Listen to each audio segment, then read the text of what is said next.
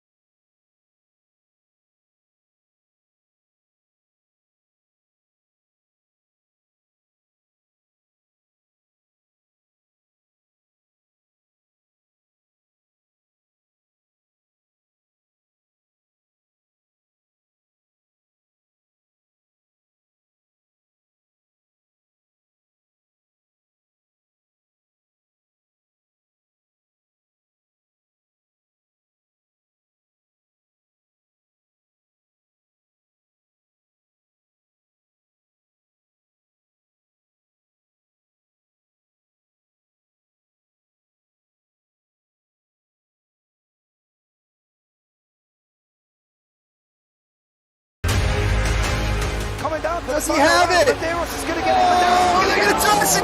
They haven't got it. He's on the outside line though, going into the fastest corner on the circuit. Surely this can't work. Dominic Ligner has got a sensational run outside line now though for the heavy braking zone. Around the outside goes the Audi R8. Look how much Miller's caught back into play. Exactly. Miller's still start chopper. He's left on second and change. All of a sudden, Miller's back in play. Can Barry do it? Big Barry's going to do it. Big Barry!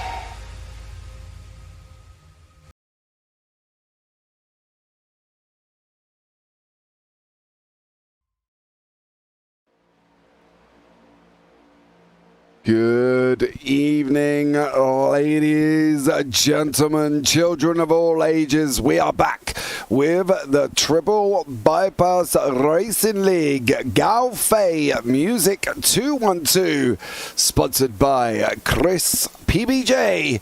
Hannigan in that number 84, and it is round 4.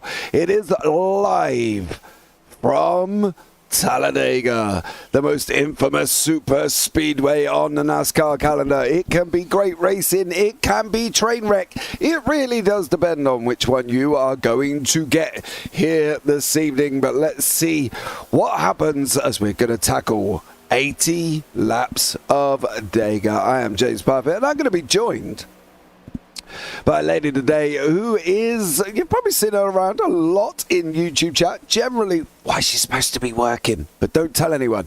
It's going to be Ria Subro who will join me in the booth today. What we can do though, before we go anywhere else, let's have a look at the scores on the doors at the moment. After 3 of 12 races, it is Chris Hannigan out in front on 111 with Sean Bradley on 102 in second. Al Corey in third, who's on 93 points. Carl Gretsch in fourth on 87. Jason Benson on 83 with Mark Herzog on 82. Then we go into 7th place with Ben Harcombe on 80. John Campbell on 78. And then John Crutchley on 76. And then we finish off the top 10 with Zach Roethlisberger. We'll have a quick chat with Ria before we bring you up the recap from last time out as in Texas. Ria, welcome into the booth. Yeah, thanks for having me. I will say I am in the stream a lot during work, but it's okay. I'm allowed to watch. I'm not allowed to type in the stream. So really? If you see me chat, no, you don't see me chat. It's not me. Right, okay. Well, what we do, guys, is we're coming just to the end of practice. We'll have a quick look Last time out at Texas.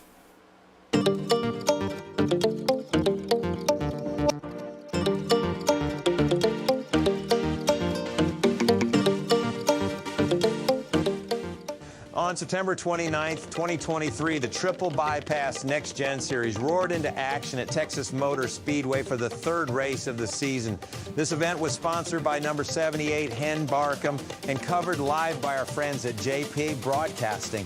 The exciting race, spanning 105 laps, featured a competitive field of 18 drivers, with 6 different leaders and as many lead changes throughout the race. The pole sitter, Chris Hannigan, initially set a strong pace and led the pack. However, the race was far from over. Sexy Waltrip in the 27 car started in 8th position and made a spectacular 2-tire call for the green, white, checkered finish to take the win. Number 77, Sean Bradley, ran up front the entire race and finished in the runner-up position, while Chris Hannigan, despite relinquishing the lead, managed to secure an impressive 3rd place. Number 24, Matt Parasini, led almost the entire race, and a late race caution was not what he wanted to see. Al Corey in the number 45 machine completed the top 5. Notably, the race was remarkably clean with just 1 caution period, making tire conservation the big story of the day. With Sexy Waltrip emerging as the victor in the 2-lap dash to the end, the event lived up to its reputation for intense racing. We hope you enjoyed this Triple Bypass Next Gen Series recap, and we'll see you next time.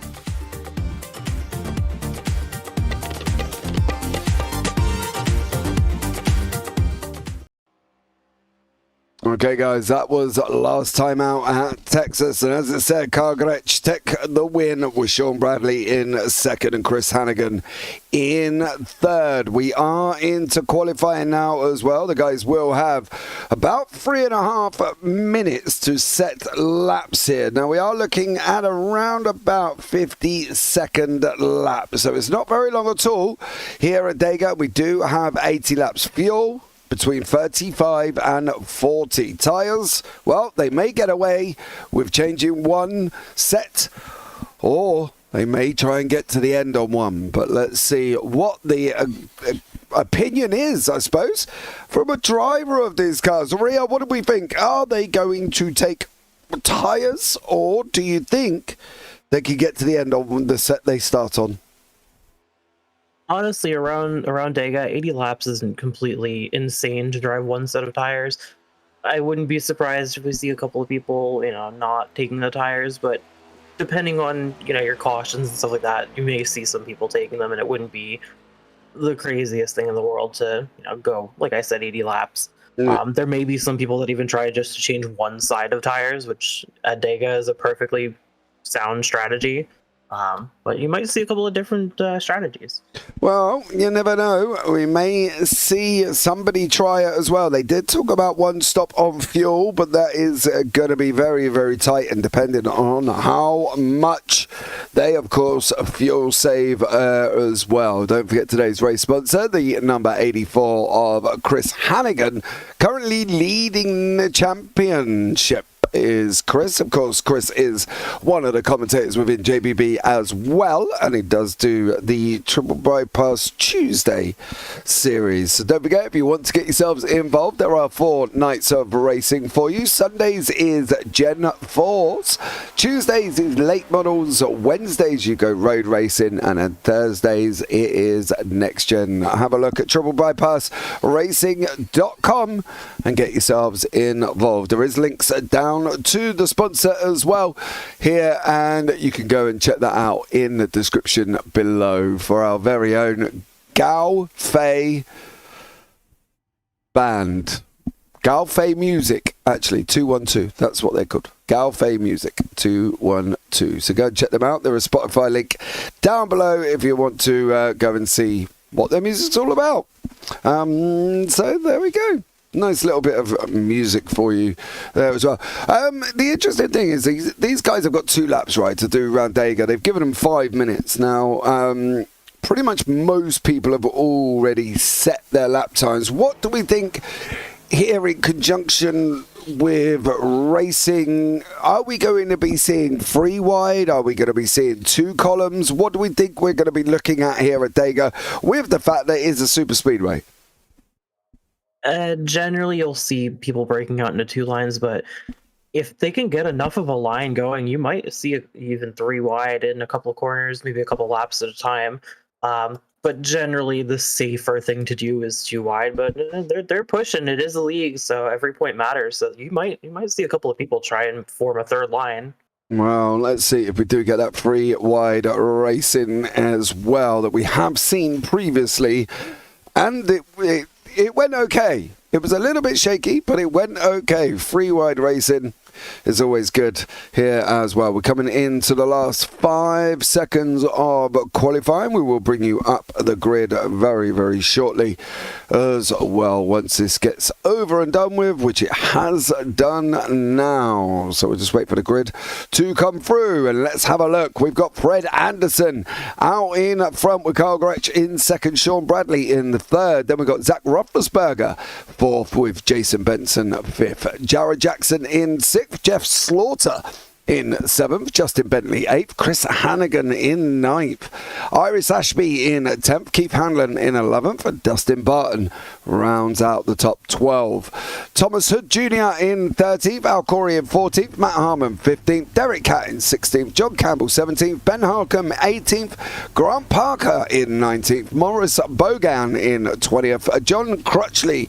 in 21st, with Chris Melton 22nd, Brandon Hinton 23rd, and Will Jester in 24th. And then we got a 25 car field with Pete Dillon bringing up the rear.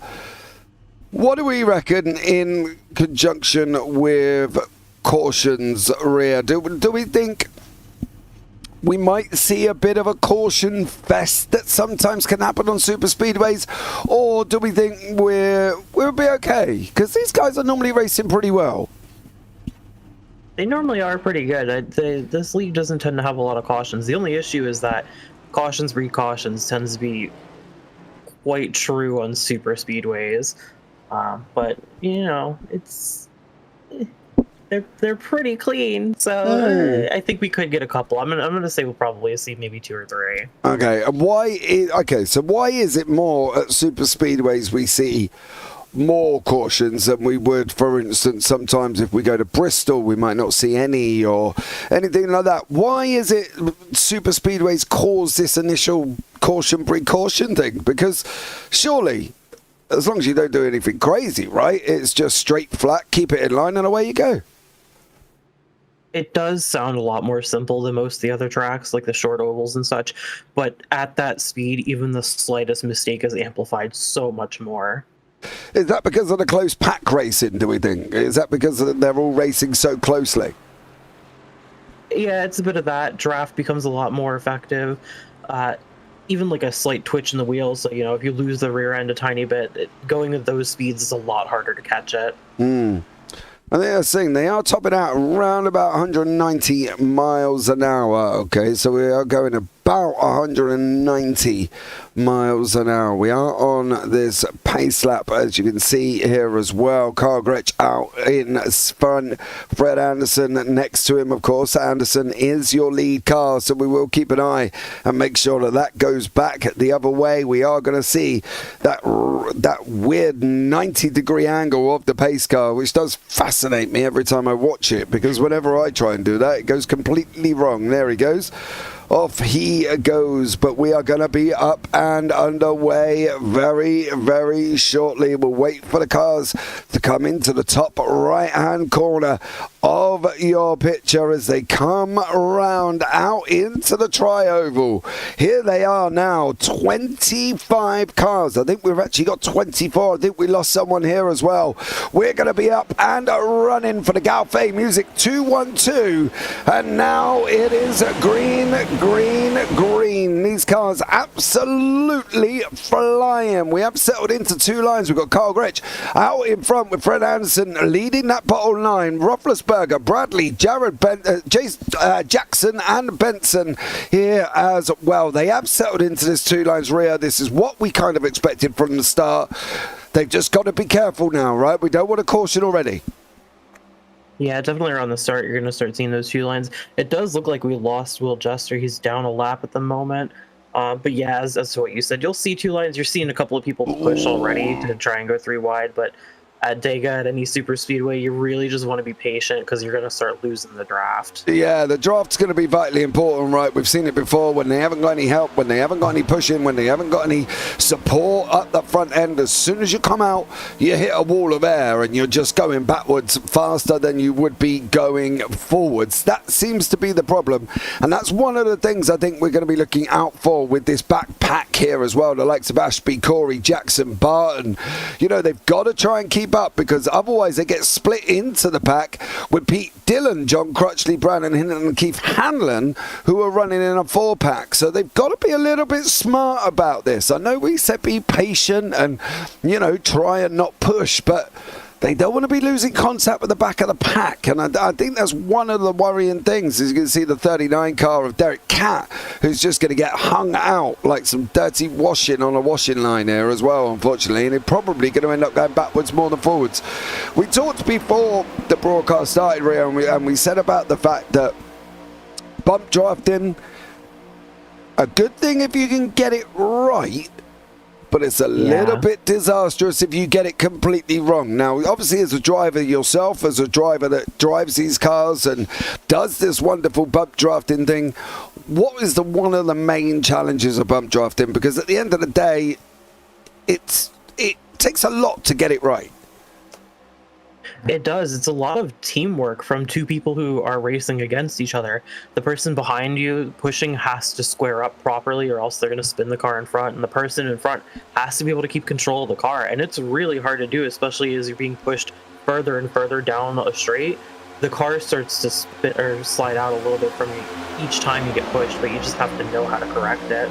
Yeah, I think that's one of the things we're going to be looking out for is how they go about dealing with that. I think, you know, my time commentating on NASCAR, you know, you learn don't bump draft in a corner, don't come off you know, when you're coming off a corner, don't hit the other side because that poor person's going to go rocketing off to the left or right depending on which corner you've hit. Now, we talk about with it as well, with the points of contact. Now you can see Sean Bradley, he is in that flying donut car there as well, which I think is absolutely amazing and looks incredible. But one of the things we want to look out for when we talk about bump drafting and what happens with it. Now, obviously, generally you come up to the back of the car and you just push it, right? Well, you may have heard me use the term squaring up. What that basically means is you don't want to be to the left or the right. You really want to make sure the middle of your bumper is touching the middle of the back of the person you're pushing's bumper. Otherwise, you are going to just give them momentum in the wrong direction, and they are going to spin. And it's very likely they'll take you with them. So you really need to make sure that you're being a good pusher and also getting pushed properly. It's a lot of work at super speedways. Yeah, it is, and we can see here with Sean Bradley, one of the things we don't want happening is him pushing on that right corner, partly because it unsettles the car, and the car will shoot left, and that's one of the reasons, mainly due to the fact that as they push the car down, it grips on that right-hand side, and it will go left, and of course, if you do it on the left, they will go right, and it is a weird concept, and trust me, I've taken ages to understand it, but that is exactly what happens. So you will see, hopefully, them pushing square here. We've got a nice little breakaway all the way down to 19th, where Maurice Bogan is dropped about 4.5 seconds. However, he is in a group, Rio. I think that's probably one of the most important things, isn't it? We've got this two-line group further back. That top line's trying to push on the outside. Stay as a group. I think you've got to be staying as a group, surely. Absolutely. I've seen a lot of cases where people will just try to go for the pass, and it's not worth it. The amount of draft that you get behind other cars and the amount that you help them as well, it's not worth trying to go for a pass on your own. Even that 4-car group right there, that's better than being out there with 2 even. They might want to kind of come down and jump back into the pack at this point. The pack is a little bit spread out. There's room for them to come back down into it, but if they're good about it, they could actually start making up a little bit of pace. Yeah, I think that's one of the things that we pick up on as well, and Kenton has got a great way of explaining things when it comes to NASCAR in general. You know, they want to work together, don't they? They want to have a gap, but they don't want a big gap. They want to stay close, but they don't want to be too close. It's a very draft-heavy minefield. That's the way I look at this, because it can get quite complicated at times. You would have thought just following something. You see that snake always worries me when they start doing that, because there's always that mid-pack contact, and then somebody will go shooting off. But they've got to be close, but not too close, which to some might not make sense. It's actually, some people that, actually pretty much anybody that does any sim racing will know this, it's very hard to follow somebody and stick to your own line, because you see somebody doing a line in front of you and your brain immediately thinks, I should be following them exactly, but they might not take the best line. But with NASCAR, it's a little different, because even if they're not taking the perfect line, it's still better to just follow them and take the draft. Even if they're wobbling a little bit, don't wobble too much with them, but if they're going up and down the track, you don't really want to be left out in the dirty air. But do you want to follow them around? That's one of the things I think a lot of people don't quite understand is if the 95, for instance, of Fred Anderson goes all of a sudden up to the top, do you want to go up to the top with him, or would you stay below? Because surely as soon as Anderson's going to do that, right, he's going to get strung out. He'll be just straight backwards. So would you follow them all over the circuit, or would you sit back and think, well, actually, no, because as soon as I go up there, we're both going to get strung out? It kind of depends on how it goes. If it's a smooth move, like up to the top, you're probably going to end up following him. But if it's like a quick jump up there, you're just going to let him hang out to dry. He's going to lose himself places by sitting in, not getting pushed. He's got no draft to follow. He'll just be basically relying on the car and nothing else, no downforce or anything like that. Well, downforce obviously, but not as much as he would have. So if it's smooth, you'll tend to follow them, but yeah, quick jump, it's just leave them out there to dry. Yeah, I think that's one of the things. I definitely would be looking at doing that as well. I would probably leave them out there to dry and just say, see you later, mate, adios. You crack on and go out there and drop back. I think that's one of the things that draft racing and especially draft pack racing is what we are seeing as well. And I think it's important that you do go round. Oh, don't do that. Don't do that.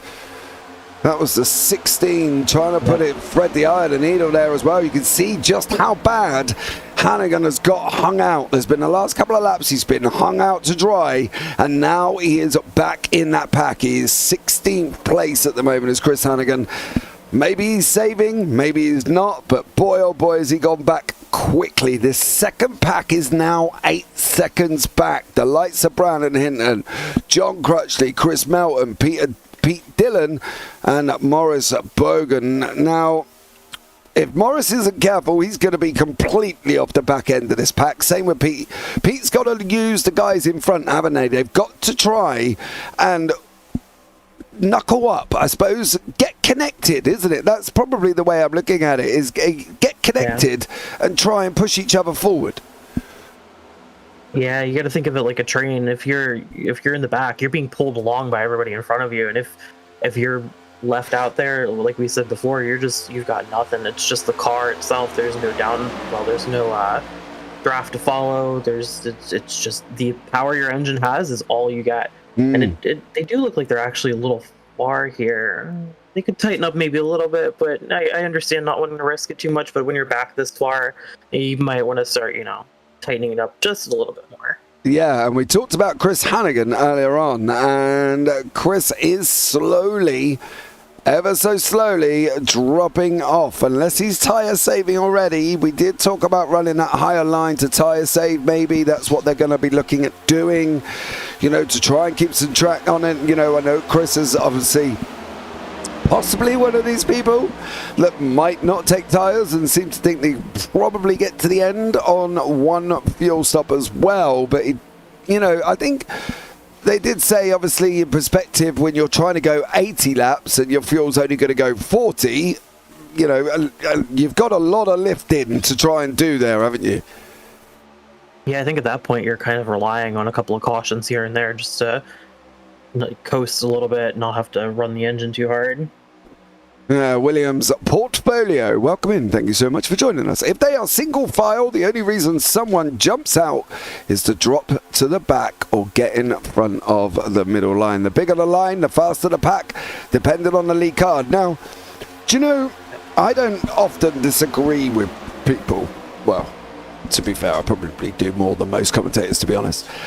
You know what I mean, right, Rio? You know, you watch never it. disagree. Yeah, no, I'm sweet and innocent, me. I'll tell you. And I've got to say, William, I don't necessarily agree with your second part of that statement. And the reason I don't agree with it is I've watched races, NASCAR races, where a 2-car train has pulled away from a 5-car train due to the fact that the 5 cars aren't necessarily working together, and the 2 cars are really tight and they've been really tucked up behind each other. So I've got to somehow a little bit disagree with you. I get where you're going, but when you've got a 3-car train like you have at the front of Anderson, Bradley and Benson, the rest aren't in that line. You can see Slaughter's up and down as well. There's a few others that are up and down and up and down and up and down. And you can see the middle, the top line are working quite closely together and are slowly pulling in that bottom line. And there isn't as many cars in that top line as there is in the bottom. So as much as I would love to not have to disagree with you, William, and I'm sure you're probably going to tell me I'm wrong, but you can see that top line there has only got maybe 5 cars in it at the most, and they are going the same pace, if not quicker, than the bottom line, who's got a lot more cars in. I just think that it's not the length of the line, Rhea, it's more how they're working together. It definitely can be a little bit of both. If the bottom line was tightening up a little bit more, working together a bit more, they would probably be a lot faster. But you're right, the top line is definitely working together much better, and that's where they're making up all their speed. The closer you are to the car in front, again, the faster they end up going, the faster you become with them. So it's a lot of teamwork, and if it's like this gap that we're seeing right here, even that small gap between Bradley and Benson, it's too much right now. Yeah, and I think that's one of the top things. line's getting kind of loose. Yeah, they're all going a little bit squirrely. Carl Gretsch has pulled out there. Hopefully the drop to the back. Somebody else has pulled out as well. That middle line now, you've just all separated. You've gone like a jigsaw puzzle on a table and just been dropped on the floor. It's all just gone a little bit pieces for that top line, unfortunately. Where they had that nailed, didn't they? They had that nailed. They were making good progress, pulling it up near the second place car. Just gone. Absolutely vanished in one foul swoop due to one move of somebody who wanted to get out of the way. We're on lap 17. We're not under caution. We haven't had any cautions, which is great at the moment here as well. We've still got a good old few laps to go, mind you. And you know, is it time now, Rhea, that you sit back and think, right, what am I doing with fuel? What am I doing with tyres? Carl Gretsch. Oh, no. It's maybe a thought that you start having, but then you see things like that where people are coming so close, you just like get a caution, and it might just not be worth it to worry about it at the moment. They still have about, playing it safe, maybe like another 20-ish laps, 18 or so laps of fuel. So it's maybe something you think about, but it's not, at this stage in the race, it's not something to worry about yet. I would just kind of hope for caution or start planning for your pit. Yeah, exactly. I think as well. William in YouTube chat has come back to me. No need to be no need to be as one with someone's bumper the entire time? On someone's bumper, yep. The entire time, because when the car behind gets close to the car in front, the air packs up between the cars, causing the front car to go faster, as for your statement. Now, I think that's going to be a reference to the fact that we were talking about 3 cars going faster than the car of 8. But yeah, we can see the gaps materializing in that bottom line. Chris Hannigan has got quite a big old gap at the moment, where Carl Gretsch is slowly closing on to the back of the 93 of Zach Roethlisberger in the middle, who's behind the 16 of Bentley at the moment. This is where I expect that top 3 to start working together. However, Carl Gretsch did just give the number 33 a big old push going into the corner entry there as well. That could have been quite dangerous. We talked about this pushing, we talked about bump drafting, and we talked about definitely keeping it out of the corners. Yeah, like we said before, pushing in the corners, you're just, as somebody's turning, you're just going to unsettle them, and you have to make sure you're squared up on the straights. As for what William said, he is right. When you're running on that top line, it's more, think of it like a centrifuge. You're carrying more speed, you're carrying more momentum. So that is a good point, that they're just going, if they're consistent all the time, they're just going to carry more speed. Yeah, that I understand. I think it was more in the reference of the fact the longer the line, the faster they go. And as I said, I wasn't trying to have a disagreement with anybody. Yeah. You know, hey, why would I do that, right? I've never done that before at all. Oh, don't do that. Don't do that. You are going to slip and slide there, sir. Be careful. Be careful. This pack is working together. It is interesting the fact that when we were talking earlier on, we did mention the group of Pete Dillon, Chris Melton, Morris Bogan, Brandon Hinton, and John Crutchley. We did say they started to drop off. Well, you can see for Pete Dillon, he is going to get eaten up faster than a Big Mac in McDonald's. I am not going to lie here. This front pack is looming, and they're looming quickly. This second back here with Grant Parker, Chris Hannigan, and Dustin Barton's a little bit further back, actually, behind that with John Campbell, Crutchley, Hinton, Bogan, and Melton. They've got a bit of work to do. They've got to start wrapping it up and start getting a little bit closer. But unfortunately for Pete Dillon now, this is where we get into that danger zone. What do you do in a back market? Now, we talk about blue flags and we talk about blue flag racing, and you know it drives me crazy. What do you do in NASCAR in general? There isn't really a blue flag rule. Would you move up and let them underneath, or would you go down and let them go over the top? I mean, it depends on where the line is at the moment. I would do my best to stay out of their way, because you don't want to seem like you're racing them, because it may just prompt them to give you a little gentle nudge out of the way. Maybe you end up spinning into the wall. But you definitely don't want to like contest or make them slower. I just let them through and do your best to get onto their draft, because that's your best shot at keeping up and staying away from being too many laps down. It does look like he might have a little bit of trouble getting into a good line here, since he's up so high. Ooh, stay there, sir. Stay there. They're coming. There we go. And that was the vital importance of now don't losing the draft. I think we've just seen that prime example of Pete Dillon, who completely come off the back end and he just went back and back and back, and that was the problem. Yeah, you know, you can't be doing that, can you? You can't be losing the draft. We can see here on board with Kyle Gretsch at the moment what we're talking about. We've got that inner line down below us as well. There's a lot of movement in front of him from the 93 of Roethlisberger as well. It's a difficult one. Pack racing, two lines, is always going to be difficult. Pack racing in general is just very difficult. It's so close. We mentioned it at the beginning of the race. Any minor input or minor slip up, it becomes so much more amplified at that speed. That. It's harder to get. Yeah, there's a lot of waving. Yeah, that's going to end up in disaster if he catches that wrong for Bentley. I can tell you that much. That is not what we want to be doing.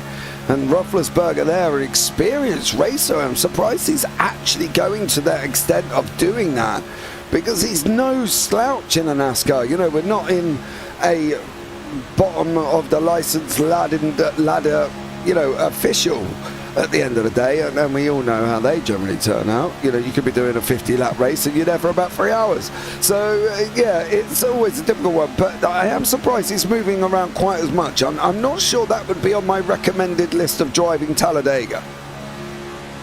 Sometimes it ends up just happening. You try your best to stay behind, and you just start to lose focus, or the tires start to wear out. You're doing the exact same thing, following somebody exactly. Or at this point, 25. What are we on? 25. 25. Yep, 25 laps at a time. It does start to mentally wear down on you, and you start thinking about where my tires at, where's the fuel at. So it might just be you need to come back and focus a little more, or it could be something with the car, it could be the air. There's a lot that could be going on, but I would start to kind of focus a little bit. Ooh. Yeah, I would focus a little bit more and try not to wiggle around so much, because it can cause issues. You can lose the draft like that as well. Yeah, and he looks like he has in that 41 there as well. That's Thomas Hood Jr. Looked like he did lose the draft a little bit. Also, so if my tone comes off wrong, I enjoy your broadcast and don't want you to think I'm trying to argue. Just love this NASCAR and racing in general, and I get passionate. Dude, you don't have to say sorry. As Ria knows, I will quite happily have a conversation about random things plenty of times, so please don't come in and say sorry. You know, it's great having you here.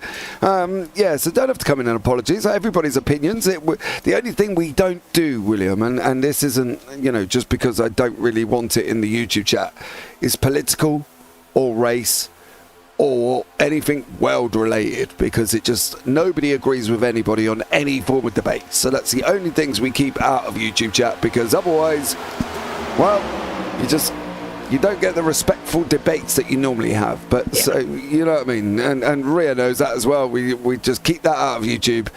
We can have a laugh and a joke, and we can talk about whether or not Ria believes the earth is flat or round, and have a little conspiracy joke about it, but we won't, you know, we don't do all that other stuff, mate, unfortunately. But look, no need to say sorry. You're more than welcome to put your opinions across. The more, as I say, we learn one thing every single day that's new, William, we will die very smart individuals. So be aware. I don't hold anybody's opinion out away from anything else. Just get yourselves involved. It's fine.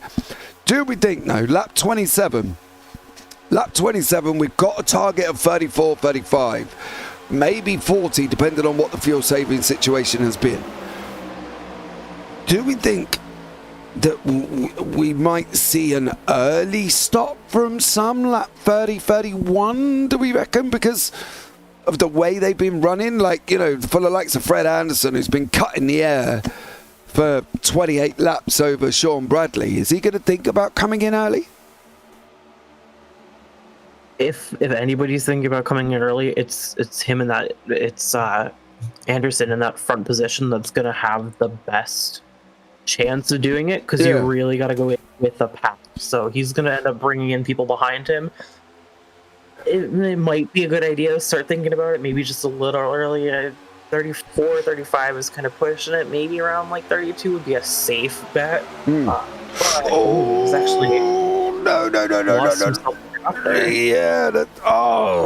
Mr. Rufflesberger, stop rubbing his bumper. You are not cleaning the windows here. I tell you, you want to keep it. No, don't do it there or there or there. You're gonna. I swear, if I was the Bentley right about now, I would be sitting there saying, "Please remove yourself." It's almost like that. Yeah, scary, wouldn't it? You want one of them bumper stickers. If you can read this, you're far too close. Yeah, just a little bit more speed into that, and I think they would have been gone. Yep. It was, you could start to see a couple cars getting a little loose during that, but they made it out. So yeah, that's the thing. They keep going. Yeah, that's the thing, isn't it? They've done the 2 push, and now they've made it out in front of Anderson, which is, as William said, you know, the bottom line should have been quicker, but the 2-car push was quicker than the bottom line, and they shot out, and they did it quite fiercely. As well, mind you, I am slightly now getting more worried for this group here of Grant Parker with Chris Hannigan at the back, and now Corey is not there. It's Parker, Hannigan, and there's a back marker there as well. I think that's the 31 of Pete Dillon. Yeah, it is.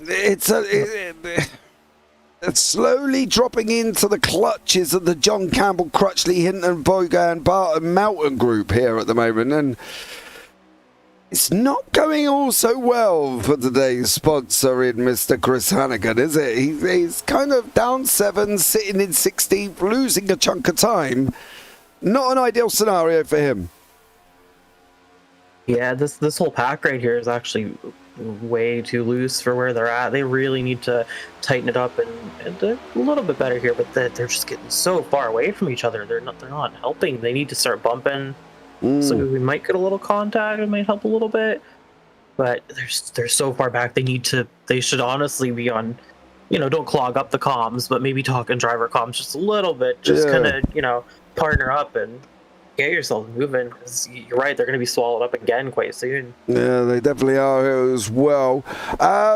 Now, William, I want to pick up on that point, and Rio made the same point. You want to go in with a pack. Now, what I've learned, if I've learned anything over my time of doing NASCAR here as well, I do generally find that, yes, going in with a pack of 3, 4, but I also find as well that if you go in with any more than that, you can clog up and mess up each other's entry, which in turn slows you down in your pit stop. Now, I get what you're saying. You want to go in with a pack, and I understand that. You don't want to go in with a 2. I think your 4 would be an optimal number. At least you can all drop off and go into the pits together without holding each other up. But I do find, Rhea, if they start going in this 6, 7, 8 car lunge, they end up all causing each other problems, and it slows everyone down. Yeah, and here's the thing, William, before you chime in, because I do know what you're going to say. I do know William. Fair play. At this level, it's much more, you're right, at this kind of level of racing, not that they're bad drivers, but the level that official NASCAR is at, they practice pit so much. They're all so almost perfect on entry. They're almost at the speed limit pretty much the entire time they're on pit road. So bigger pack in official NASCAR isn't really going to mess people up like that. But yes, in a league like this where we have people of varying skills, you're very right. We could see some people kind of slowing up too much. There could be a clog going into pit. There could be too many people coming out of pit road at the same time, just not maintaining speed properly. And again, it just comes down to an official NASCAR. That's their job. That's all they do. But here we have a wide variety of skill levels. Yeah, and I think that's one of the things. I was just keeping an eye on Matt Harmon there, unfortunately. Matt got a little bit left in the dust there, and then he couldn't get back in. He was kind of like a car on a motorway, and he just got strung out. And he's been trying to force his way in. You see him coming down, and he's gone back out because he can't get in, and come down and gone back out because he can't get in. And now he is going to drop all the way to the back of the pack here, unfortunately, as well, unless he can get a big old help from somebody on that upper line here. Saying that, though, he is going quite shifty on his own, but he does need to definitely tighten it up with somebody. I think that would probably be a good move. Now, we've got another lead change with Jason Benson taking up the mantle after Fred Anderson led for pretty much most of the first half of the race. Anderson by choice, do we think? Or do we think the other lines have just... Well, it's looked to me like the other lines have just gone up, round and in. So maybe that's what we saw rather than Anderson slowing down.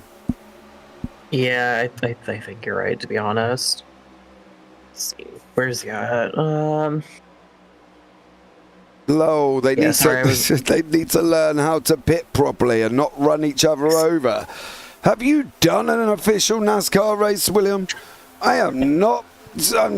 Even in league races, I have seen 5 go in. I've seen the front one spin and 4 crash behind him. So regardless whether or not you try, at the end of the day, these aren't pros, right? We're not, Danny Hamlin. We're not anyone like that who's driving NASCARs for a living. We are just the average Joe sat at our house in our rig, sweating, driving round a circle for no other reason, just purely because of the fact that we enjoy it. So at the end of the day, I wouldn't expect miracles, William. I've got to be honest, and I think Rhea can vouch here as well. We're not going to expect miracles. We will expect maybe a 3, maybe a 4, but I think any more than that, we might see a little bit of chaos. So, yeah, I think we've got to be a little bit more optimistic, rearing in our expectations, should we say. We know these guys race clean, and we've gone 36 laps at a super speedway without one caution.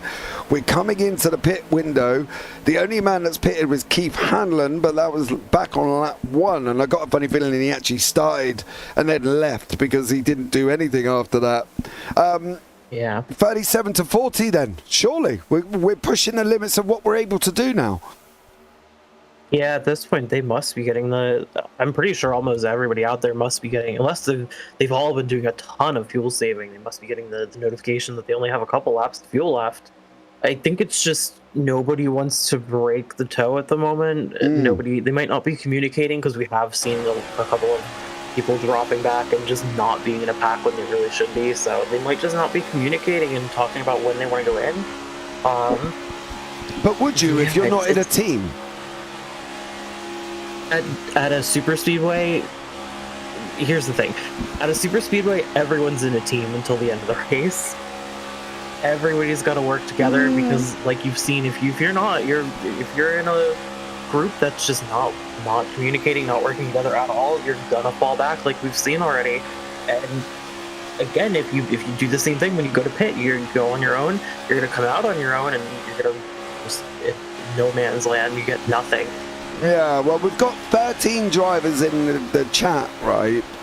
We've got 23 running. So somewhere along the line, there's 10 missing. Now, if that 10 happened to be the ones, he's gone in. There we go. 1, 2, 3, 4, 5, 6, 7. I think that's what I was expecting to see. Yeah. Now, are they all going to do it without tripping over each other? That's one of the things we have spoken about, and one of the things that we are hopeful that these guys manage to do. And I've got a funny feeling we are good here. All good in the hood, no disasters. I would do that as well if I was a lap down. Chris Hannigan's moved his way up after dropping all the way back. There you go, right tyres for some. There's a full set for the 95 there, I think, as well. Up one side. No, I think he went right, it's only. Interesting. Oh, there we go. Yeah, he must have. Wow, that was a long pit stop for just right tires. Yeah, and I think. Yeah, there we go. As we said at the beginning of the race, you'll see a couple of people on different strategies. Some people taking fours, some people just taking rights. Oh, get it stopped, boys. Get it stopped. Benson. That might have been a penalty. Yeah, Gretsch, Ashby, Benson, Harkham, Corey, and Harmon all diving in together there as well. So this is what I mean. I think any more than the 4 or the 5 that we have seen, I think we could have been in a little bit more trouble, right? And that's not because I want to be hateful about it or anything like that, but that is not how you do it. And do you see what I mean, William? Do you see what we mean? That could have caused a disaster if he went shooting across for the people behind him there, unfortunately. So, who is that? Oh, he's missed his pit box by miles. He's completely missed it. Grant Parker. He's going to be too far. Yeah, there you go. I was going to say he's going to be too far still. Well, to be fair, William is agreeing with you on that point. That not everyone's a pro. He is kind of talking about, like, and when I was saying officials, I did mean real life NASCAR, not official races in iRacing, because it's hectic in there. Yeah, I got that one. I'm not gonna lie. I got that. It's all right. I know I'm British, but trust me, I got it. I did get that one. I was just explaining for people in the chat. Maybe people thought I meant the dreaded official iRacing. The official iRacing ones that you know, the last time, right? And I specifically thought one season I'm going to go for NASCAR, right? Now, I know it's crazy, an Englishman driving in a NASCAR. It's no more crazy than an Englishman commentating on NASCAR. Don't get me wrong. I fully understand that. And I went in, it was a 90-lap race, and I think it was even at Daytona. And ideally, it should have started at 3 p.m. And no, it should have started at 12, and I should have been done by about 2 o'clock, give or take, right? And then I would have could go out and go and pick my kids up from school. Started at 12. At 2:45, I had to jump to the pits to go and get my kids because we still had 35 laps to go. You know what I mean? Gosh. I was there forever and ever. And in the end, I gave up. And I just thought, well, that's it for me. My NASCAR career is over within iRacing. Because I couldn't sit there for so long, you know. Things like this, when you join a league, you never really know what you get. And obviously within JPB running leagues as well, you know, I fully understood the purpose of the skill levels and I-rating levels. But as we said, Rhea, Grant Parker, for instance, who's 701, may have done a few officials and thought, nah, this ain't for me. I'm going to go and do league racing. So it doesn't really mean a lot, does it, compared to what their racecraft, I suppose, it is in general. Yeah, not at all. We were talking about it. I believe it was before the stream. Yeah. Where, like you said, Grant Parker is down at 701, but who knows how many leagues he runs? He could run more than just triple bypass, and his racecraft could be excellent. He is running down pretty far, but he's not doing bad. Unfortunately he is all alone, so he's not getting any draft, but that tends to just be a problem at Daytona. At Talladega. You talking about Daytona? I thought we were there for a second. But that's the thing. It might not be. For Grant Parker, for instance, like my boy, as you know, coming to a Clio's, and the first few races. Seriously, if he wasn't my boy, I would have kicked him out. He was horrendous, right? And that's the thing. And he was. I'm not going to lie. He was. But this season, he's now battling in the AM Championship. So fair play to him. He took 2 seasons, got driver coaching, went and did it. Grant Parker now may have just made the mistake that he thought he was going to go in to the pits, and he may have ended up entering on his own. Do you know what I mean? And that's the thing, isn't it? Yeah. It's not about the fact that he's a bad driver. It's about the fact that one simple mistake. But I have seen drivers come back from 2 or 3 laps down, and due to cautions, have gone on and won the race. So anything is possible within NASCAR, and I think that's why deep within the enjoyment's there, and the fact that anything can happen. You don't even have to be on pole. Anything can happen. The pole man, well, he's down in 7th. Now, if that was a road race, Rhea would be panicking about now. But it's not, is it? It's something that could be easily achieved and back into the front. Oh gosh, yeah. This is one of the Tuesday races. Zach would be crying about that one. That's but again, like you said, in NASCAR, a single crash can just bunch everybody up. But you could again, cautions breed cautions. You could have a caution that bunches everybody up, and then the whole front of the path could end up creating another caution right after green. And you could go from last to possibly in the top 5 within just a couple of laps. Exactly. And the lap down car, you know, Lucky Dog, Wave Around, they're all there, and they can make that difference to people. And I think when you sit back and you watch something like this, you know, my 12-year-old is a prime example. Dad, what have we got on tonight? I said, we're going to do radicals, mate, and then we're going on to NASCAR. Oh, NASCAR. I said, what's up with NASCAR? Oh, it's boring. They just go left. I said, is that it, is it? He went, yeah, they just go left, and then the last lap or so it might get exciting. But that is the common European perception of NASCAR. Now, obviously, having commentated it, having spoken to drivers, having tried even driving it, there's a lot more involved, and I don't think people fully understand. And that's where I'm a bit more relaxed on the blue flag rule within NASCAR, because you deep down know it means absolutely nothing. Nothing. Yep. Yeah, to be honest, it's not that uncommon of a thing for people to say here, and even in America, where, you know, it's boring and they just turn left. And you can kind of see that perspective. Even as a driver, I see that perspective. But the second you get into a car, even in a simulator, and you do it for 20 minutes, you start feeling it in your body. And you're like, oh my God, my arms, when is this going to end? And then you're there for another 50 minutes. And you realize it's a lot more than just turning. The track is very hard to master. You have to know how to handle your cars that close to other people's cars. It's a very physically straining thing to do it. And it's just, I think it's something that people should, anybody that has iRacing and has thought about, man, maybe I'll do oval, give it a try, because it will definitely give you an appreciation for the sport at the very least. Yeah. And I think that's one of the things as well, you know, don't sandbag on something unless you've gone out and done it, right? And you can't sit back and go, like, I said that to my son. I was like, have you driven it? He was like, no, it's boring. I said, right, don't go there then. You can't say it's boring if you haven't driven it. You know, and that's what we say to them when we cook asparagus or something, you know. Oh, I don't like that. Well, have you eaten it before? No. Stick it in your mouth and chew then, son. You know what I mean?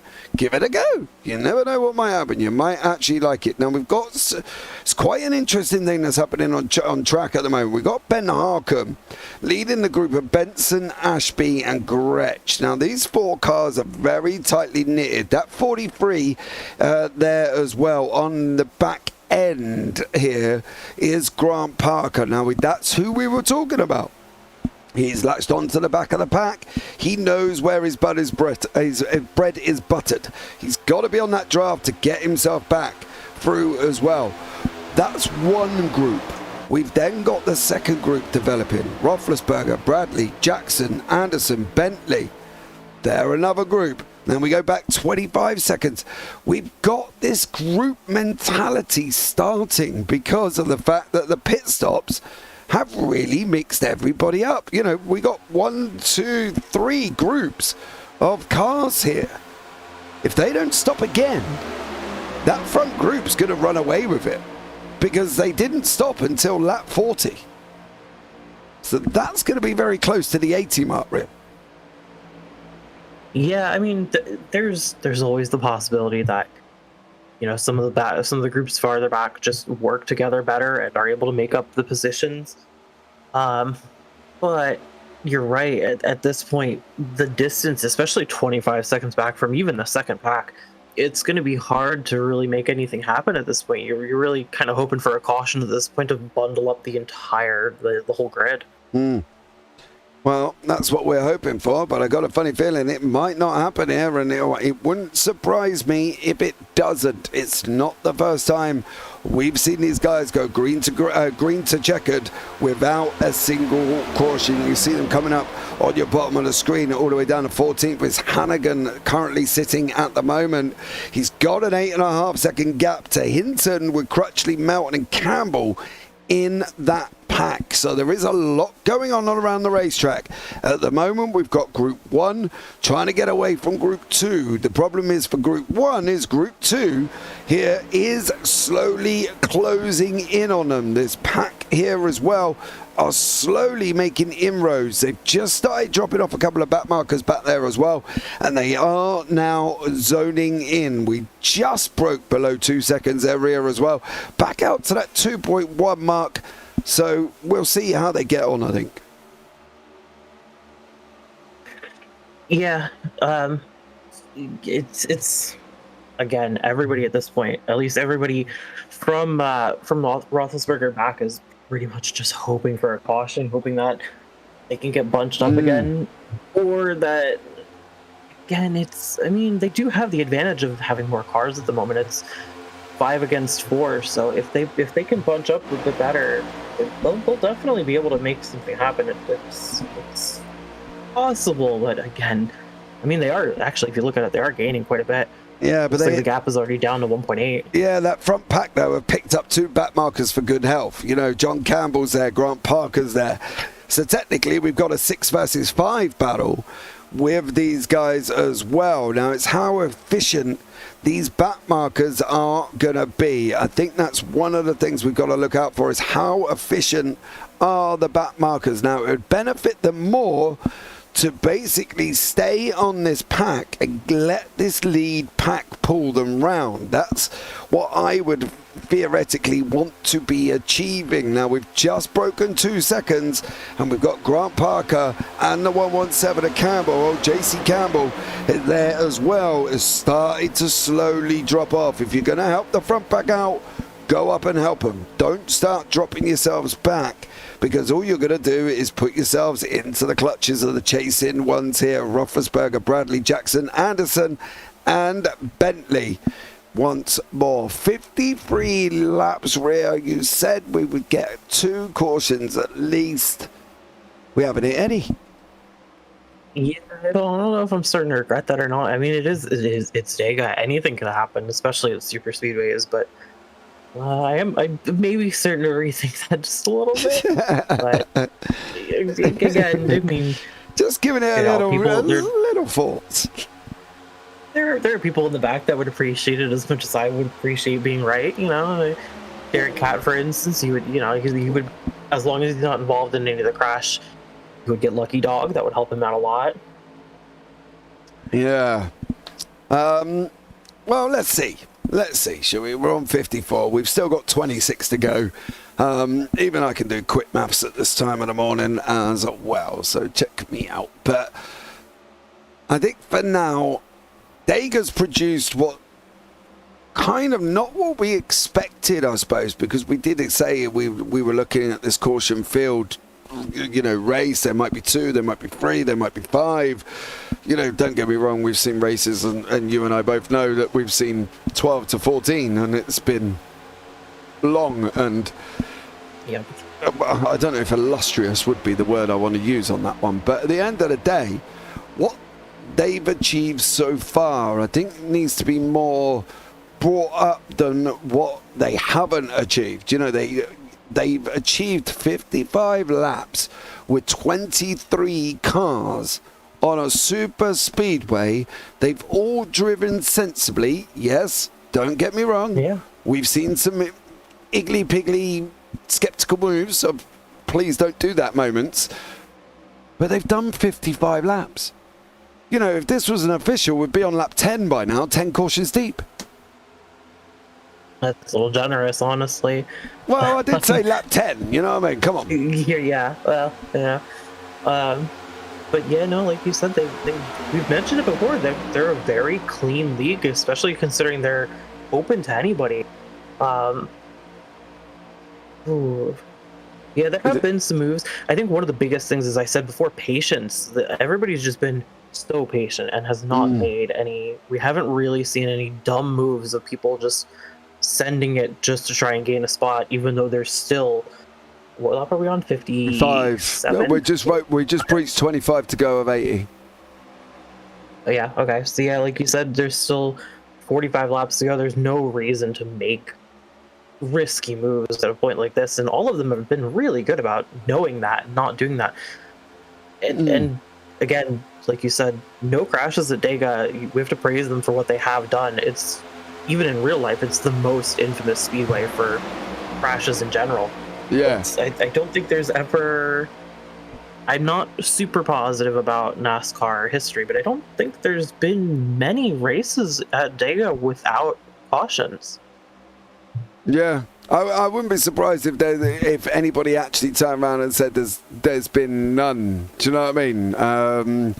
I think at the end of the day, it's one of them tracks, isn't it? It's one of them tracks that is kind of famous, but infamous at the same time, I think would be the word. I think the way it looks there at the moment, and that's the thing is, and this basically sums it up here actually. It's just the average number of cautions causing accidents and spins in a Talladega race is only 3.5. Yeah, it's 7 races had a single caution. 14 out of 64 races had 4 cautions, and 13 out of 64 cautions had 3 cautions causing incidents. So the average is 3.5 cautions per race at Dega. Now, for a super speedway in real life, that's not bad at all. Yeah, it's not. It was actually just looking up the average for how many races in NASCAR even go without any cautions is 1 in every. I believe the number was 532. That's a lot, and a lot of them have multiple cautions. And like I said before, super speedways are just so fast. You're in such a tight pack, and we've seen people wobbling left and right on the straights. It's very hard to stick behind cars like that, and like going back to the fact that everybody's of a different skill level, they've been handling it very well, like incredibly so. It's definitely something for them to all be proud of, no matter where they are in position. Yeah, absolutely, absolutely. We've just seen the two groups hook up together. So they've just joined up now. That Roethlisberger, Bradley, Jared Jackson, Anderson and Bentley group have now joined on to the back of the Harkin, Benson, Ashby, Gretsch, Roethlisberger group, okay? So we'll be aware we are now starting to get an almost 9-car train. Stint lengths out of that 9 cars.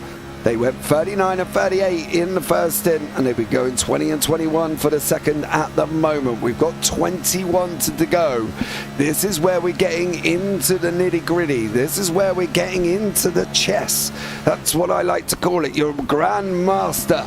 He's positioning his pieces. He's starting to think where he wants to be. Because in no fewer than 11 minutes, if we don't caution it up, this race is going to be done here, give or take. No, hold on, James, you can't count. 50 seconds. So it's going to be about 18, 19 minutes, Rhea. This is going to be over. This has got to be the chess time. Get your car where you need it. Yeah, this is around this time. Is like I said, they've been patient, but maybe now's the time to start. Again, communication is important. Maybe start talking to some of the drivers in front of you, forming other lines. You don't want to be too few cars because you don't want to lose on the pack, but you just start forming 2 lines. I'm surprised they're still in 1 line at the moment.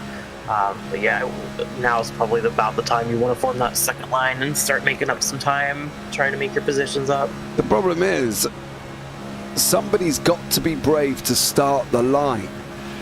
Now, he also knows, or they also know, sorry, that if they are going to be brave and take that line, they might not get any support. They might not get a push. They might not get anyone follow.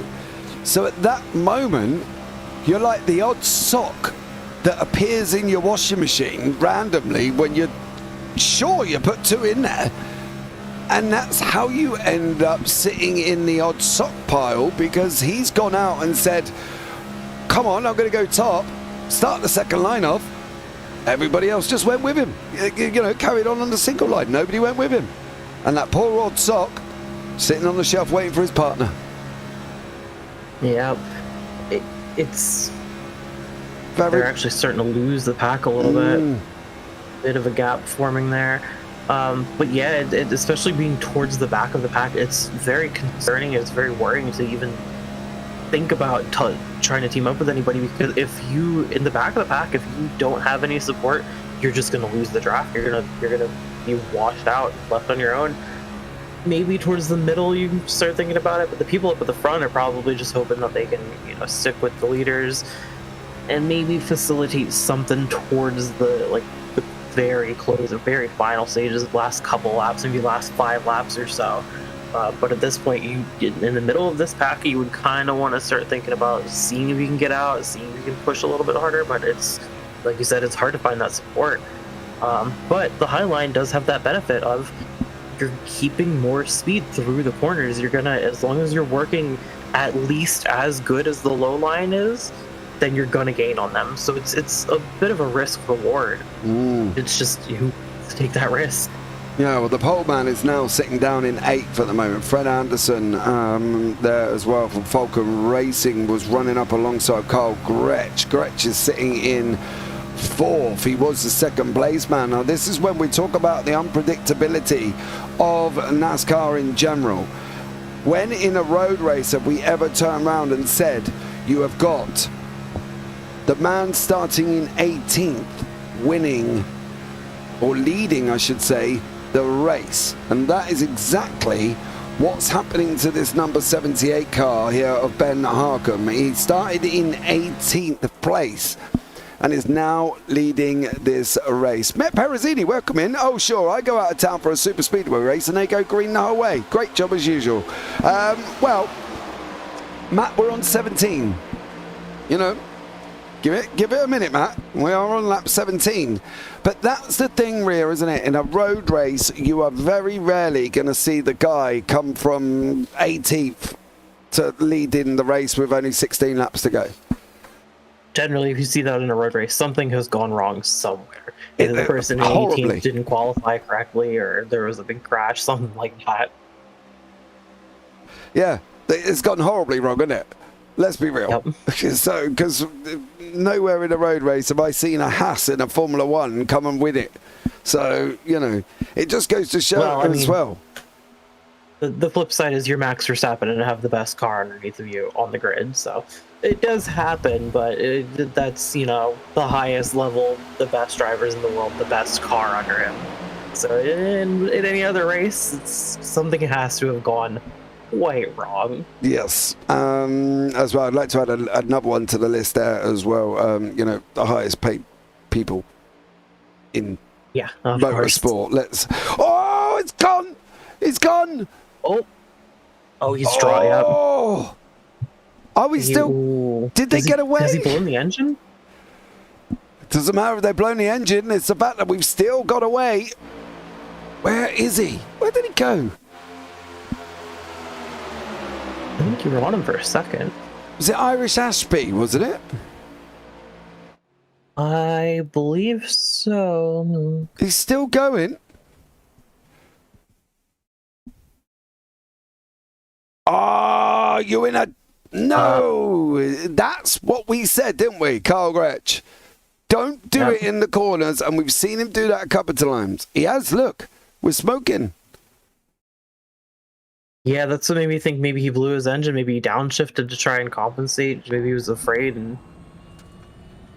no, it looks like he's still going, maybe it was just... It must have just been smoke from the tires. Yeah, and we haven't chased down either. We're still in fifth, which is a little bit unusual. I thought he might have gone down and got that down lower beforehand.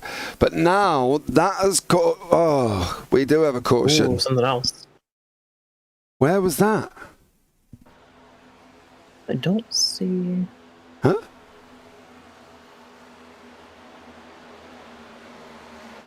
Have we missed something?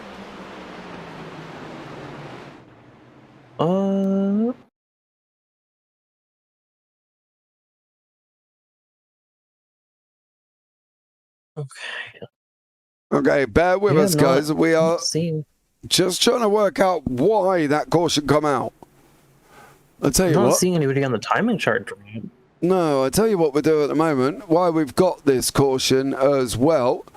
I am going to have a chat with Mr. Al Corey. Al, how are you, first of all, sir? Sorry, how are you? Oh, I'm sorry, James. I was asleep there. Thanks for waking me up. How are you? I'm very well. How's it going? Oh, it's fine. It's fine. It's a very quiet race, isn't it? Hey, I'm loving this. Don't get me wrong, Al. You know, this is a good one. Why the caution? We had some kind of a checkup on the field, and race control saw a car go off, and so race control threw the yellow. It's just late yellow, maybe. Yeah. Give you a minute there, Al. Let you get started. That was a very late yellow there, Al. Yeah, I think maybe there were some people looking for a caution. I don't know, but we'll have at least a little bit of racing to finish this up. We were having that racing. We just got that front group had joined up with a second group, Al. It was all going off here.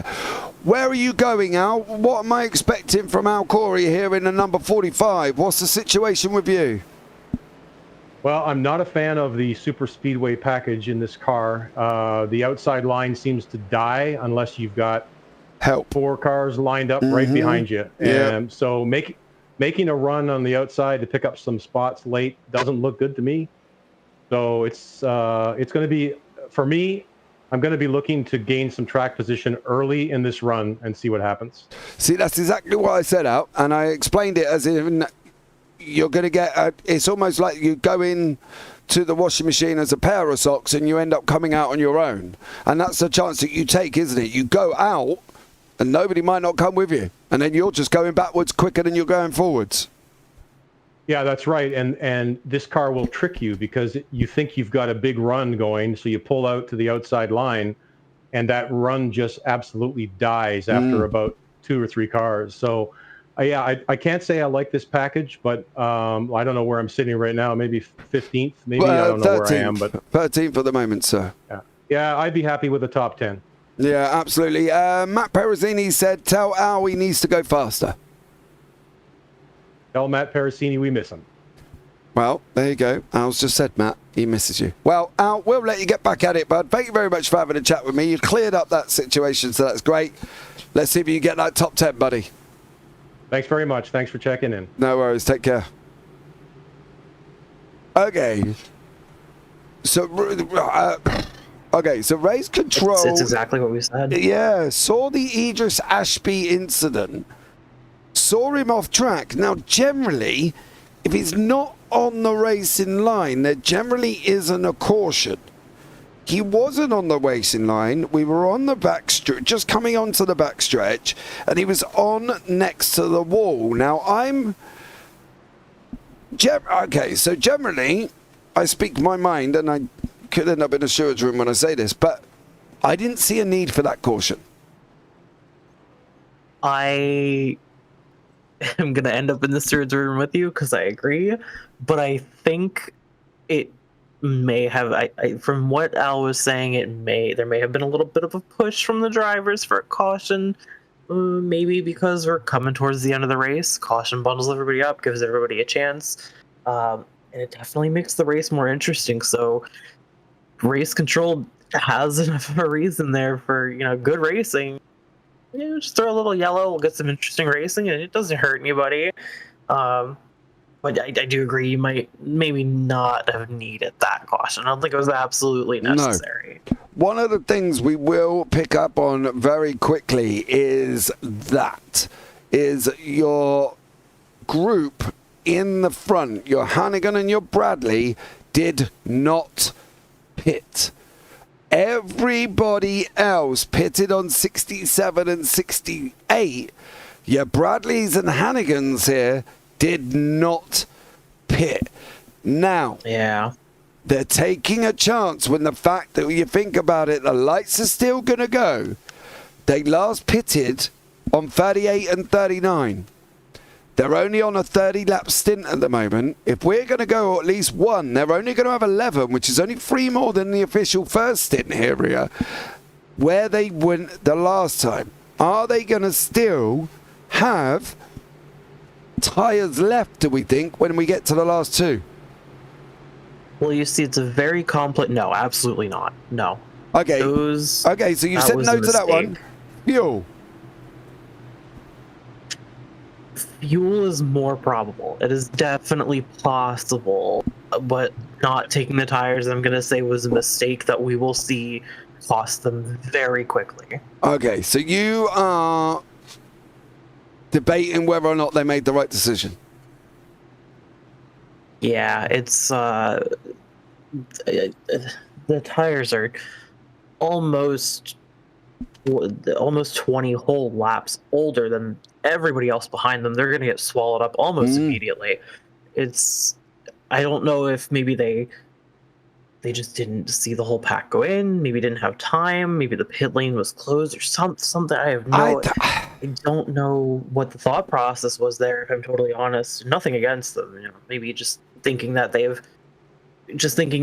maybe preserved the tires enough, which is possible at Dega, but it's such a big guy. It's 20 laps of unused, a set that's been used for 20 laps. It's going to be. I think it's going to cost them pretty quickly. Yeah. Okay. So now the plan is, if I was Bradley and Hannigan, right, after this yellow that we really do not feel the need for, as well. And at the end of the day, I don't know who was on race control, but probably a good job. If Bradley and Hannigan work together here, right, they can force everyone up to that top line. Now, they can do that by staying where they are, getting pushed, regardless if they're going to be running, which we think they're going to be running out of laps on their tyres. But they don't have to go anywhere, right? People have got to go round them. So if Bradley's running the bottom and Hannigan's running the middle, the only place anybody else has got to go here is at the top. So, yeah, I mean, do you get where I'm going here with this? You could just end up sitting there and parking, almost what we say, parking the bus here. But I tell you what we'll do. Let's get this underway. It is Bradley. It is Hannigan. They are starting to do there as well. They have started to go, but they've just got to, if they're going to be sensible, they've just got to park the bus. Hannigan, no, however, did not get a grunt shape off that line. He did not get a good jump. He's got Benson coming up behind him in that 42 here as well. 10 laps to go now, Rhea. Oh, stay where you are. Stay where you are, Bradley. Oh, it's panning out that way. It's panning out. it does help that. Oh, he's lost it. He lost it. Bradley lost it, didn't he? Benson's now in front. Waltrip's coming at him as well. Get it together. Yeah. Oh, they're not all over the place. It was such a risky move. I was gonna say, in opposed to what you were saying, it's definitely possible, but all you need is just a single bad exit, and they're just gonna get swallowed up. Or there's people being brave enough to make a line on the top, and it's so hard. Like, he's already getting pushed quite a bit from the car behind. Yeah, Benson's locking in now as well. Don't forget Hannigan and Bradley in that 84-77. They've not changed tyres. They have not changed tyres, and now they are leading the pack. How is this one going to pan out? And are these two cars... Oh, you're hung! Make a decision! Oh, That was very close. Oh, Actually coming back.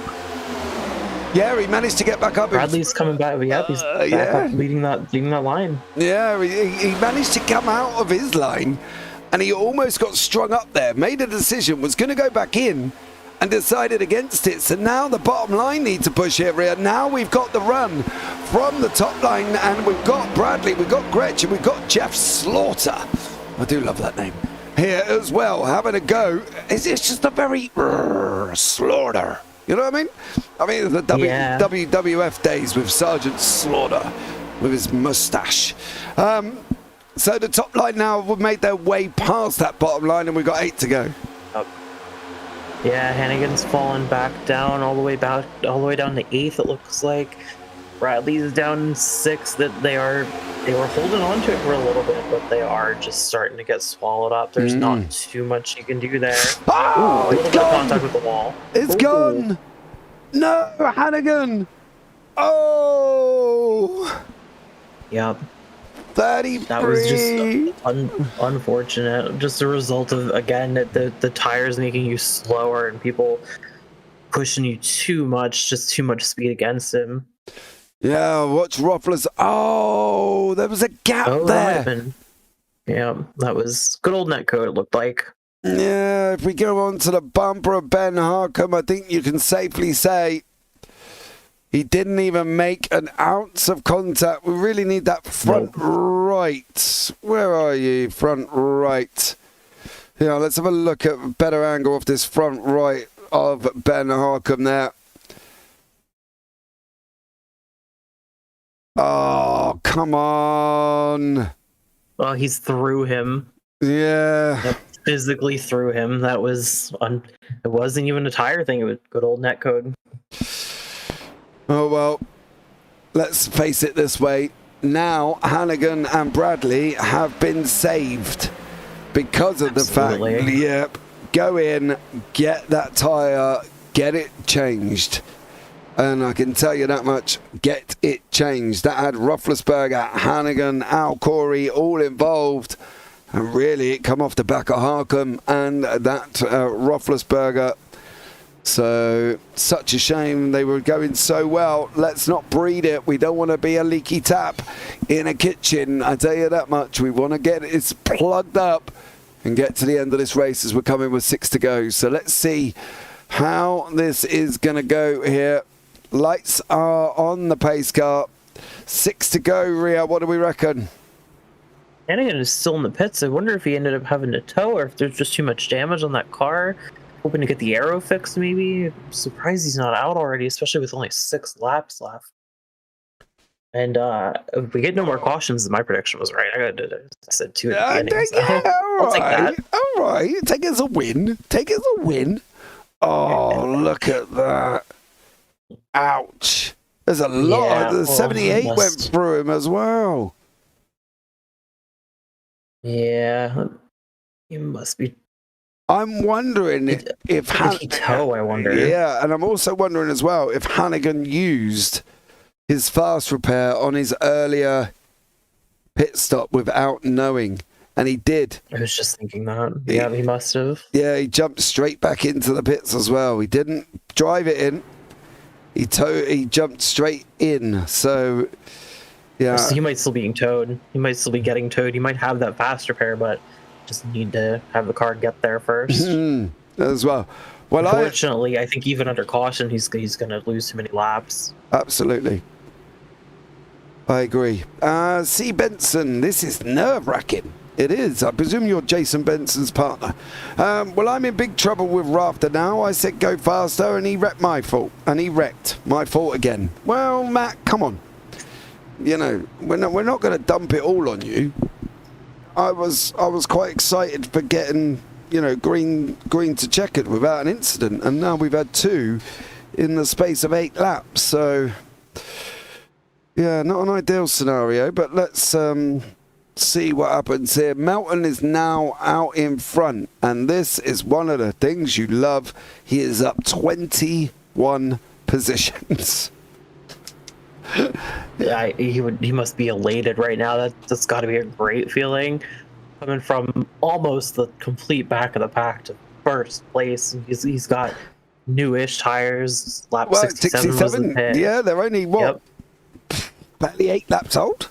Yeah, barely 8 laps. There's only a couple people with newer tires, and they're all the way in the back right now. Yep. Looks like Rothsberg, Hinton, Corey, and Harcum all have newer tires, but that's their 13th, 14th, 15th, and 16th. So. Yeah. Sorry. I'm surprised Bradley still hasn't gotten new tires. Yeah, I'm not sure. I mean, at this point, it would put him towards the back. I guess it's because we only have 5 to go. We're not going to have enough laps. No. Yep. It would. I had to think about that for a second. That would have been a dumb move to get tires. He'd be stuck at the back of the pack. So you're Jason's wife. Okay, sorry. I should have probably picked that up by the surname being the same, so my bad on that one. Lights are out. We're going to be going green. We've got 4 to go. Your other half is sitting in 6th place at the moment. So there he is on that bottom in that Camaro. We've got a Mustang and a Camaro. The nearest Toyota Camry is back in 9th with Jared Jackson. So it's a very Ford Camaro front 8, mostly Camaros, mind you. There's 5 of them. So 4 to go. If Melton pulls this off, I don't really know what I would do, to be honest. At least a couple of donuts for sure. Yeah, I think he probably just needs to do a bit more than that. You know, I think a couple, I'd be spinning harder than Kylie Minogue in a music video, I'll tell you that much. So, come on, Melton. Come on, Chris. See what we can do here for the BC Very Racing. Interesting. Head-to-head right at the end. Only 4 laps to go. Are we restarting this lap? I think we are. Yeah, lights are out. Yeah, we're going to be going. So, in the next 3 minutes and 56 seconds, no, 40-something seconds, we're going to have the winner of Dega. Now, can Carl Gretsch take 2 in a row after his last win at Texas last week? Well, we are going to find out. Hannigan is way down at the moment, 2 laps down. He has rejoined, but he is at the back. Unfortunately for Chris Hannigan. Here we go. This has got to be careful. This has got to be a careful mark. Cannot get this wrong. Cannot get this wrong. Such a shame. I think, this is going to be a really important restart. Yeah, you've got to nail it. You've got to nail it. And Melton did. Gretsch did not. Bradley's behind him as well. Bradley last pit on lap 38. Don't forget, he doesn't want this to go. Yeah, he doesn't want to go anymore, because if Bradley's running low on fuel here, the last thing he needs is a green-white checker. Slaughter's coming in to join the pie. Gretsch is getting a push from Crutchley on the outside. Then we've got the 95 of Anderson. Don't forget that pole man there as well. Benson's now taking up the mantle. He's got the chalice between his hands. He is going with it free to go here now as well, round the exit of turn 3. Coming into 4, we're going to be bouncing around that tri-oval very soon here. Benson's taking up the mantle. Bradley's just thrown a block. He could have hung himself out there. Melton said, you have, I'm going. And he's off as well. And this is where it all gets iggly-piggly, jiggly-wiggly, because this could go horribly wrong here. And at the moment, we have got Jason Benson, the other half of Mrs. Benson in the YouTube chat, leading this race, Rhea. 2 to go. Yeah, they're all starting to get real antsy. You can see everybody going for crazy moves. There was almost no line there, just a big mess of cars. Oh, Gretsch has been strung. Throw the block in the middle. Oh, 3 to go. 2 to go. Sorry, we're almost 3 wide. They're packed up so tight. Yeah, Gretsch gets strung out as well. Did you see it? He got pushed on the outside there as well and literally left there. Block, block, block. You can just see Benson now. If this was a road race, Benson would have been disqualified. He's up, he's down, he's round. We're going to be on the final lap.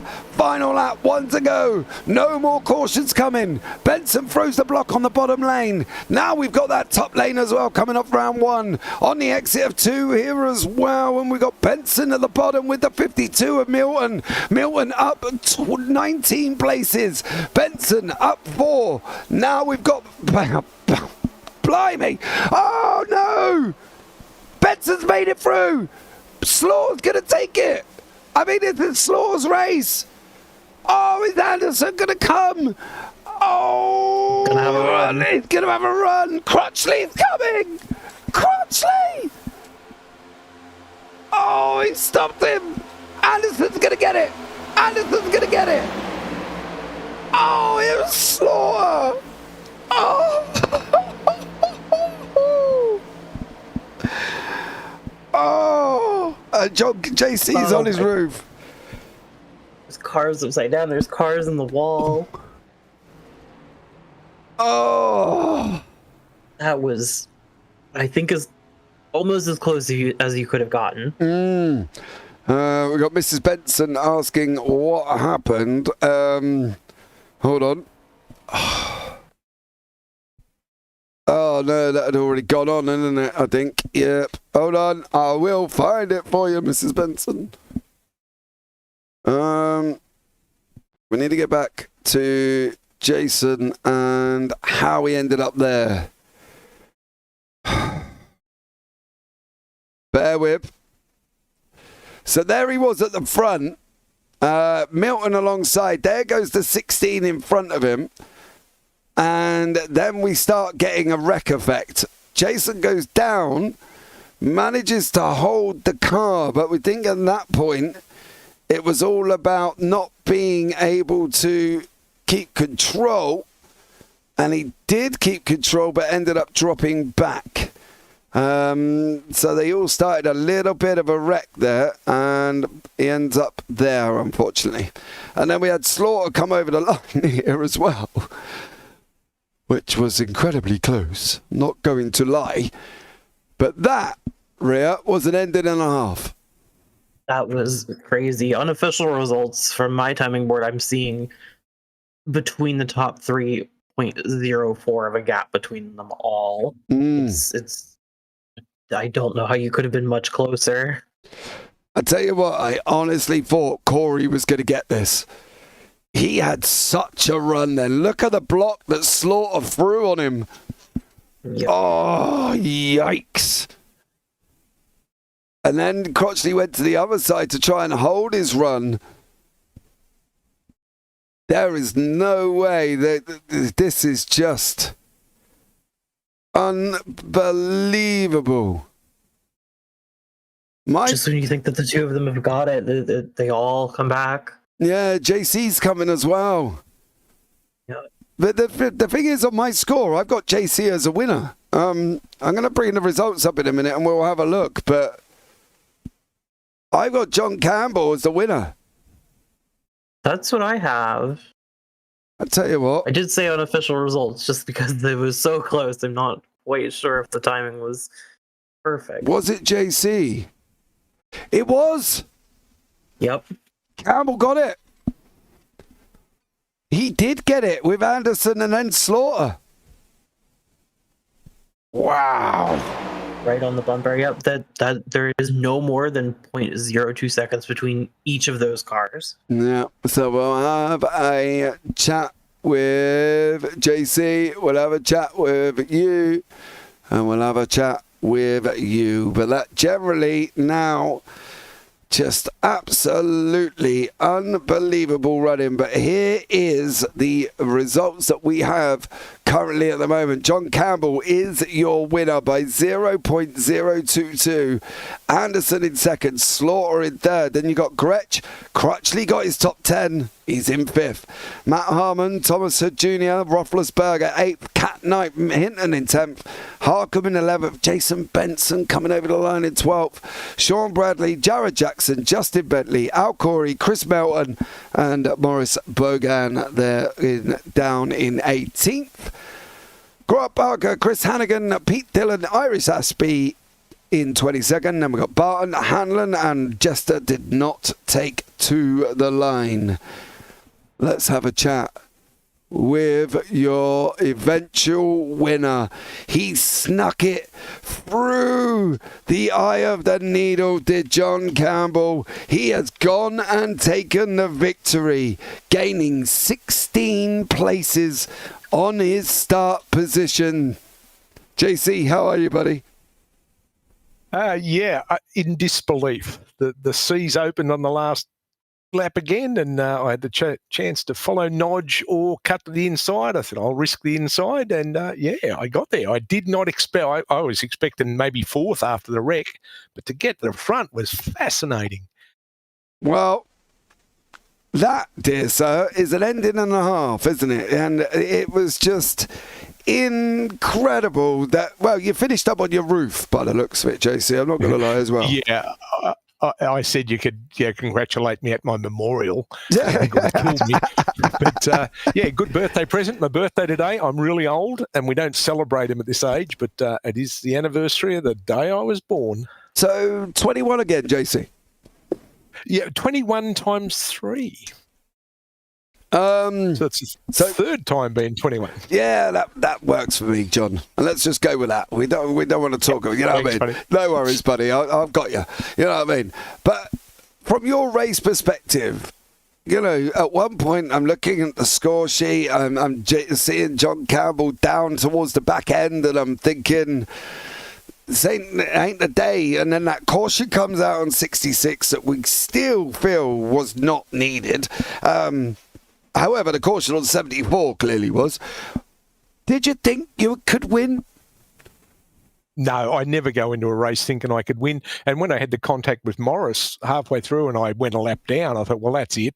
The way the guys were racing, I thought we'd stay clean and maybe not even get a go. So a lot of discussion on how our fuel's going to go, who's got enough to make it to the end. And, of course, that's all moot when the yellow comes out. But, yeah, it was an unexpected result. I mean, as I said, I don't expect to win any of these, so anything I get is terrific. Well, John, for me, I've had a great time, partly because of the fact I've just sat here and I've witnessed your second win on a broadcast.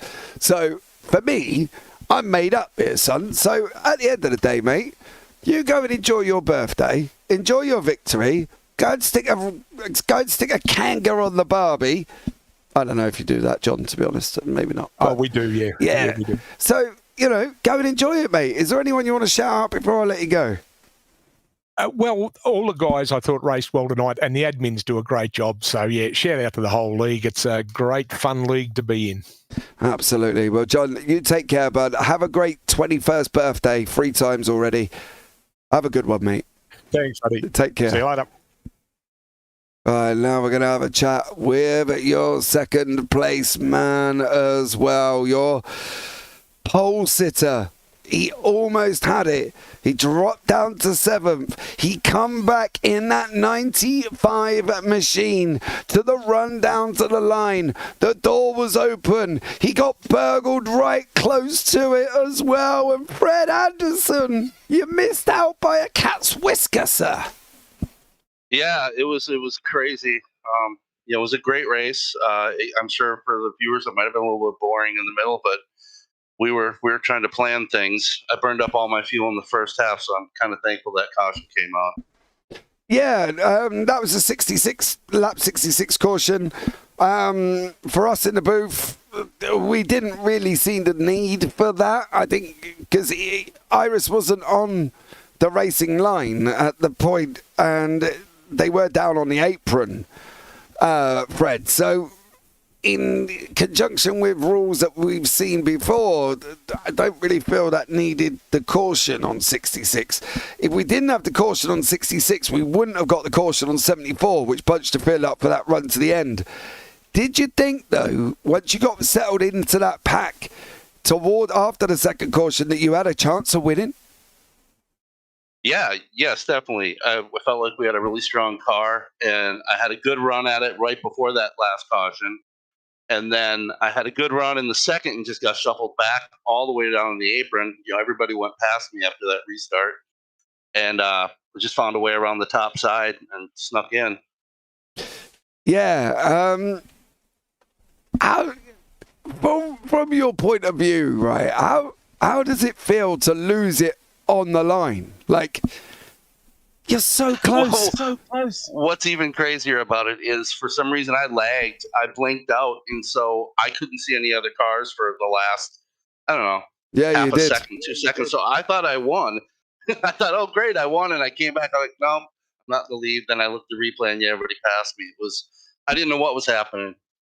Yeah, well, it was very close, dear sir, very close, and I thought you were well up there as well. I did get a little bit worried when you started dropping back, but you come back through here as well, and, unbelievable drive, Fred, so well done to you, buddy.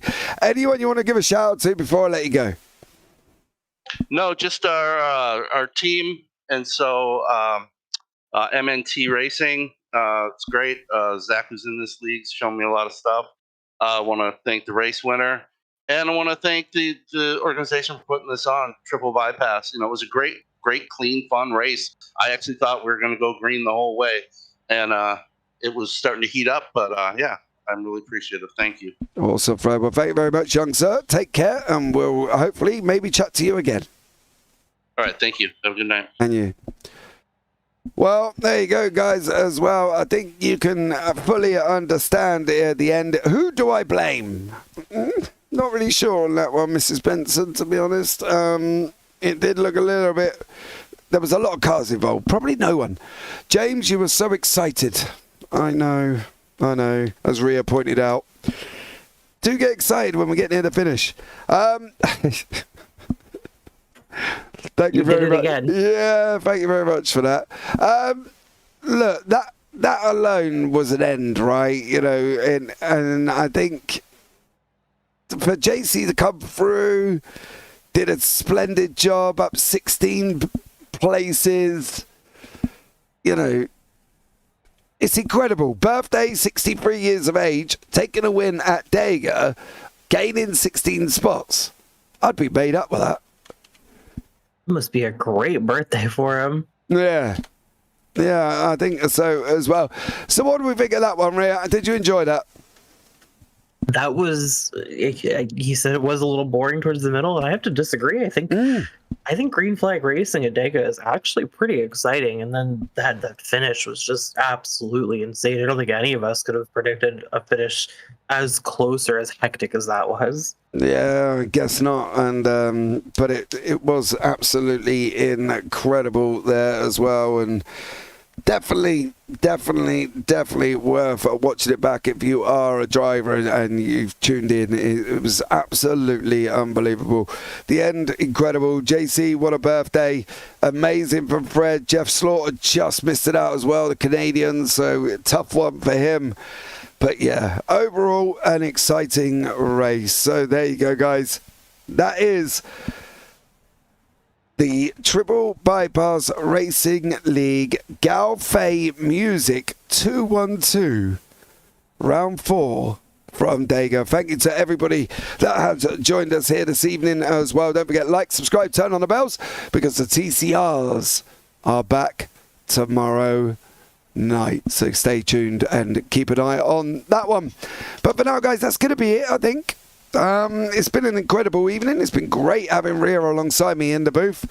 But it's time for this old man to go to bed. So from myself, James Parfitt, and Rhea Subra up here in the booth, you all take care. Have a great week. And you never know, we might see you on the track sometime. Good night.